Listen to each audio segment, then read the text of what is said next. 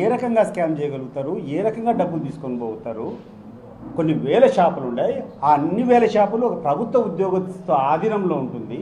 వాళ్ళ దగ్గరికి వస్తాయి డబ్బులు, వాళ్ళు తీసుకొని వచ్చి డబ్బులు ఇచ్చేటువంటి పరిస్థితి ఎక్కడైనా ఉంటుందా?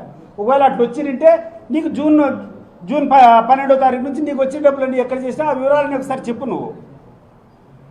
రెండవది ఏంది మాట్లాడతారంటే ఆన్లైన్ చేసేదానికి యూపీఐ ట్రాన్సాక్షన్స్ చేసేదానికి అవకాశం ఉన్నా మీరు క్యాష్ ఎందుకు కలెక్ట్ చేసుకున్నారు అని చెప్పి ఒక వితండ వాదన. నేను ఏమైంది ఎందుకు దీనికి అని చెప్పేసి అప్పుడున్నటువంటి ఎక్సైజ్ అధికారులు నేను క్లారిటీ అడిగా, ఎందుకు ఈ నిబంధన పెట్టారని.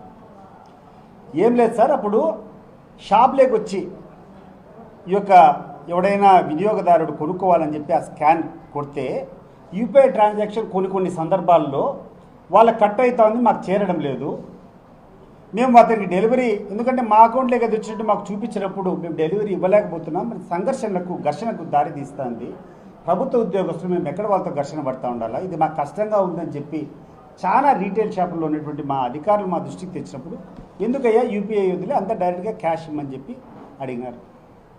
దాన్ని రాగ్దాంతం చేసి క్యాష్ అంతా తీసుకున్నారంట. క్యాష్ అంతా మూటలు తీసుకొని పోయి ముళ్ళలు తీసుకొని పోయి చేశారంట.